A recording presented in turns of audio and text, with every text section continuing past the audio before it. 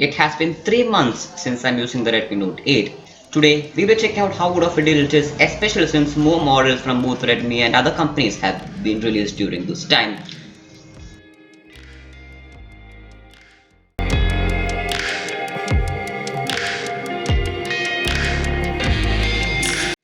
If you want more tech videos, then subscribe and hit the bell icon so that you don't miss anything that we post.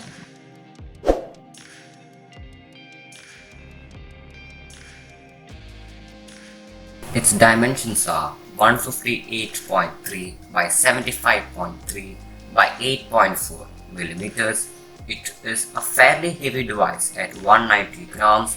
For protection, it has Gorilla Glass 5 on both the front and back, and like most budget devices, it has a red mounted fingerprint scanner in the back.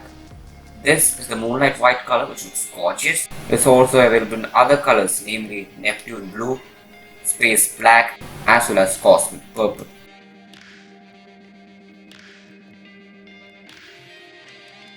For unlocking, it has a rear mounted fingerprint scanner, as mentioned earlier.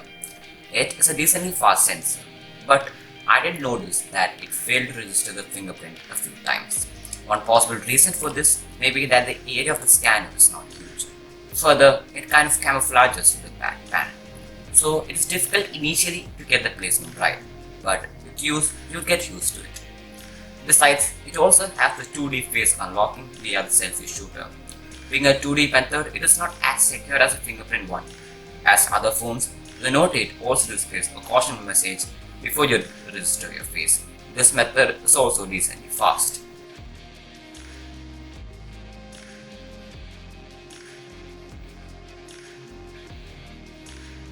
The screen is a tall 6.3-inch 1080 by 2340 IPS LCD screen. The aspect ratio, like many phones, is 19.5:9, similar to the Huawei P30 Pro, OnePlus 7 Pro, and the iPhone 11 Pro Max, among others. It has a screen-to-body ratio of 81% because the sides and the bottom have thin bezels. The bezels, although are present, it can be excused given the price point of this device. As mentioned, it does have Gorilla Glass 5 on the front too. The screen also supports HDR10 content. Talking about the screen itself is sharp and bright. It gets decently bright up to 500 nits, so outdoor visibility is not a problem. The screen is good for gaming even though it doesn't have a high refresh rate. But even the successor, the recently launched Redmi Note 9 series, doesn't have it. The screen has decent blacks and good contrast. Since it has HDR10 support, it just increases the viewing experience. It's a beautiful screen for watching content.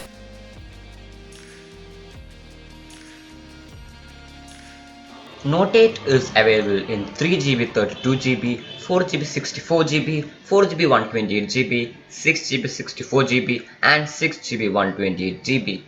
The one that I have with me is the 6GB 128GB variant. The Redmi Note 8 is powered by the Qualcomm Snapdragon 665, which is a mediocre upgrade from the Snapdragon 660 on the Redmi Note 7. It is a chip released in April 2019. It is a 11nm chip, meaning power efficiency would be better compared to the 14nm chip on the Redmi Note 7. So that is an upgrade. But what is not is the GPU. The Adreno 610 on the Redmi Note 8 is unfortunately not as powerful as the Adreno 512 on the Note 7, but delivers it at 20% less battery. Not that you would notice in everyday usage. For everyday usage, this is as good as it gets on a device at this price range. It is snappy to go through the phone screen, scrolling through apps, playing games. It was able to run PUBG at the lowest setting. Besides, I noticed that it had gotten a little warm while playing, but not anything dangerous to stop you from playing. In short, the performance was quite good but not the best.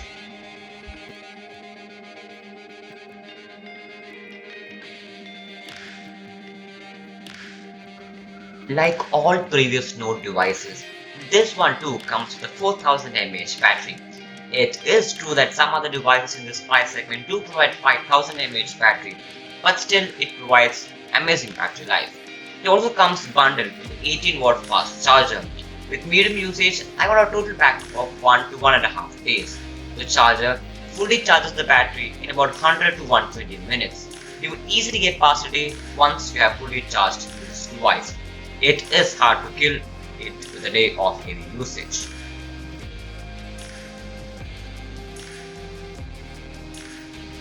For audio, the Redmi Note 8 has a single bottom fairing speaker, a 3.5 mm headphone jack, and also a earpiece situated above the front camera.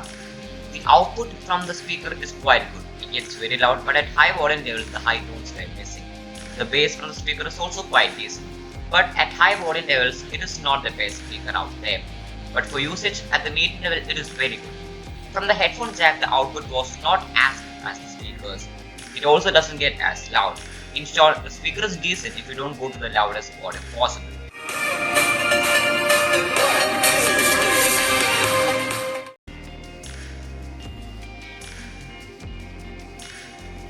Note 8 runs on MIUI 11 on top of Android 9. Yes, MIUI is not everyone's cup of tea with shaving skinny, but MIUI 11 has all the modern features like dark mode, reading mode, digital well-being, parental controls, etc. The UI still has ads that is removable if you invest a few minutes. Also, it has quite a few bloatware apps, but it is uninstalled. Personally, I prefer having an app drawer, but hey, you can get that by installing a third-party launcher.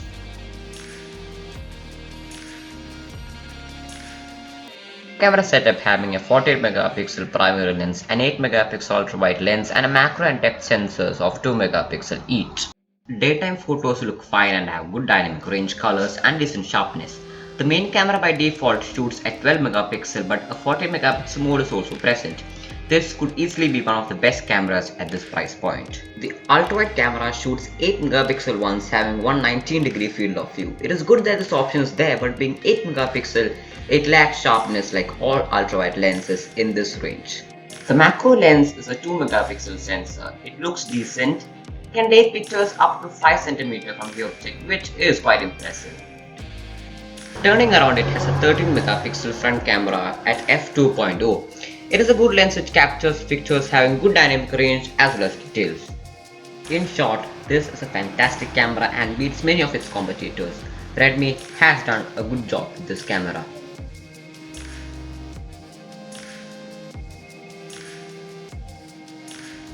It comes with a notification LED as all the Redmi Note devices and also retains the IR blaster.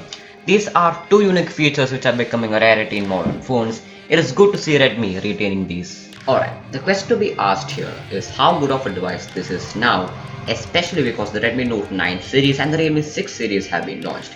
The Redmi Note 8 retails at 10,999. At that price range, this is the best device if you want all the required features. Go with this device if you want a good camera, an all-day battery life, a decent screen, and an attractive phone. But reject it if you value performance more than anything else. But if you can afford Rs 2000 more, then I would suggest you to go with the Realme 6 which retails at 12,999. But if you are on a tight budget, you could either wait for the Redmi Note 9 or if in a hurry you can definitely go with this device. Thank you guys so much for watching and I'll catch you in the next one.